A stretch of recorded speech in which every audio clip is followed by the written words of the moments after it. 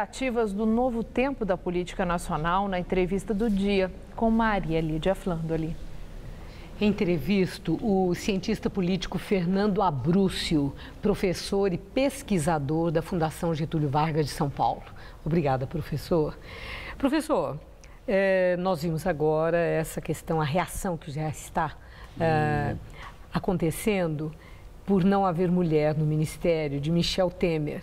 O jornal The Guardian, inclusive, publicou que Dilma caiu também porque é mulher. A Anistia Internacional hoje lá colocou um protesto muito grande, não apenas em relação a essa ausência de mulheres, mas a questão da extinção de Ministério de Direitos Humanos, entendendo que há um retrocesso. Então eu quero começar com duas indagações. Primeiro, se é precipitado, se é cedo fazer um tipo de avaliação como essa, entidades internacionais, que há um retrocesso com essa virada na política do Brasil e o vice-presidente tendo assumido interinamente a presidência, com um processo em andamento de impeachment, ou se de fato Michel Temer já exibe contornos de um governo que, no mínimo, não prestigia as mulheres. Bom, boa noite, Maria Lídia. Eu acho que, na verdade, o governo Temer nasce com uma legitimidade menor do que alguém eleito. Então, isso é um primeiro ponto importante e isso dificulta a montagem de ministério. Quando você é eleito, você tem que conversar com vários setores da sociedade. Com quem o Temer conversou? Com o Congresso, primeiro para aprovar o impeachment e depois para montar uma base parlamentar. E talvez um pouco com alguns setores econômicos, porque o Brasil está numa crise econômica brutal. Então, ele identificou que a grande agenda no curto prazo é a agenda econômica. De resto, Maria Lídia, ele não conversou com ninguém.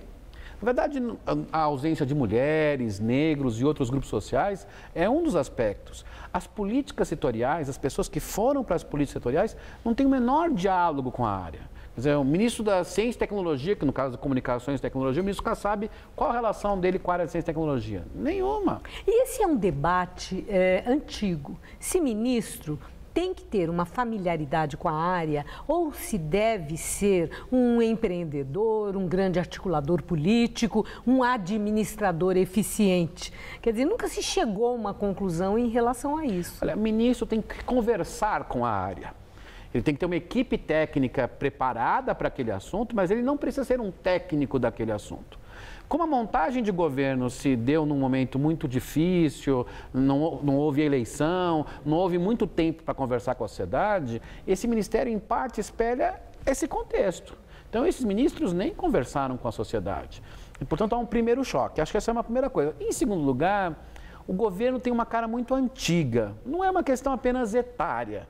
É um governo que talvez não tenha se preparado para as mudanças que ocorreram nos últimos 20, 25 anos no Brasil, em que a sociedade ficou mais complexa, né, Maria Lídia? Ficou muito mais complexa. Então, quando você junta, por exemplo, toda a área de direitos humanos com justiça, nós estamos retrocedendo para trás do governo Fernando Henrique, de certa maneira.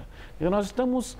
Não se percebeu, é uma cara de governo da nova república, com raras exceções... da nova velha república. Com raras exceções, ele tem uma cara muito antiga. Alguns jornalistas estrangeiros conversaram comigo hoje, Maria Lídia, e perguntaram, mas a renovação é esse governo? Eu comecei a citar os nomes, Moreira Franco, Gedel, né, Romero Jucá.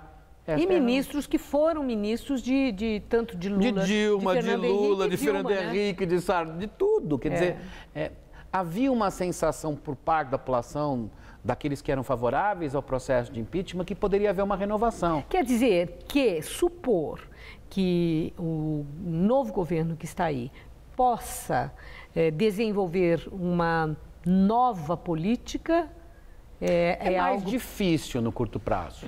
Pode ser que haja, e eu acho que haverá, reformas ministeriais ao longo de um governo Temer. Acho que haverá isso. Mas no curto prazo é um governo que foi montado para aprovar o impeachment e fazer uma agenda econômica. É isto. Segundo, é um governo do PMDB. As pessoas não podem esquecer. Se o PT e o PSDB não se renovaram nos últimos anos, tem problemas, imagine o PMDB. O PMDB é o partido que menos se renovou dos 3 grandes partidos. É um governo do PMDB. E o presidencialismo de coalizão, que parece tão forte como sempre, no sentido, nós vimos na articulação política para a elaboração do ministério, toda aquela negociação que lembra muito o chamado toma lá da cá, e fazendo sugerir que isso sugere que um presidente da República, nesse sistema, não tem como escapar de um modo arcaico de fazer política. Eu acho que é mais difícil ainda quando não se é eleito. Quer dizer, ele não foi eleito. Na verdade, ele teve uma eleição indireta. Um presidente por eleição indireta. Logo, ele tem uma lealdade maior com quem? Com o eleitor ou com o sistema político? Com o sistema político. Segundo, o país vive uma emergência econômica muito grande e ele colocou no centro da agenda reformas econômicas muito difíceis que terão muita resistência. Portanto, ele tentou montar uma maioria parlamentar e não podemos esquecer. E isso é legítimo? Olha, considerando a gravidade da crise econômica, a urgência e a dificuldade que a crise política causava para a superação dessas barreiras para a economia? Seria mais legítimo se nós tivéssemos um frescor do voto, na minha opinião. Porque o frescor do voto dá um poder de liderança para um governo que tem que fazer as duas coisas ao mesmo tempo. Isto é, tem que fazer reformas econômicas, mas tem que olhar para além da economia. A cara desse governo ignora a maior parte das políticas públicas, inclusive as políticas sociais. Não quer dizer que ele vai cortar a Bolsa Família, não é isso, mas... Até porque consta que é irrelevante para corte de gastos. E já está no orçamento, não é isso, mas... não tem a menor ideia do que fazer com as políticas públicas para além da economia. É esse o governo Temer neste momento. Pode mudar, mas nesse momento, assim, é trivial dizer que o governo é o Temer, o Meirelles e o Serra. É isto. Para encerrar, vai ter oposição acirrada. A promessa já está feita, ou ameaça, não sei como traduzir o que foi dito, né, do que aconteceria em relação a um governo que o PT, aliados de Dilma e a própria presidente, presidente afastada. A presidente afastada havia dito que não reconhece a legitimidade, não reconhece Temer como presidente. Então, a indagação é em relação ao PT, que se aproximou das lideranças, que se aproximou dos movimentos sociais e que, para conseguir a reconstrução da sua imagem, o Dilma afastada é um alívio para o PT? Em parte sim, porque permite que hoje o PT faça uma oposição cujo efeito mais importante não é no curto prazo, é para 2018. Quer dizer, eles estão apostando no seguinte: se o governo Temer não der muito certo, nós temos chances de, se não voltar, sermos muito influentes na eleição de 2018. Em parte não, porque quando cai a Dilma, tem um efeito, digamos, de melancolia, de descrédito, de queda. Basta lembrar da cara do presidente Lula no dia em que, ontem, na verdade, era uma cara muito abatida. Muito abatida. Então, acho que não tem só vitórias de ser oposição, tem derrotas. Senão parece que é melhor perder a eleição, né?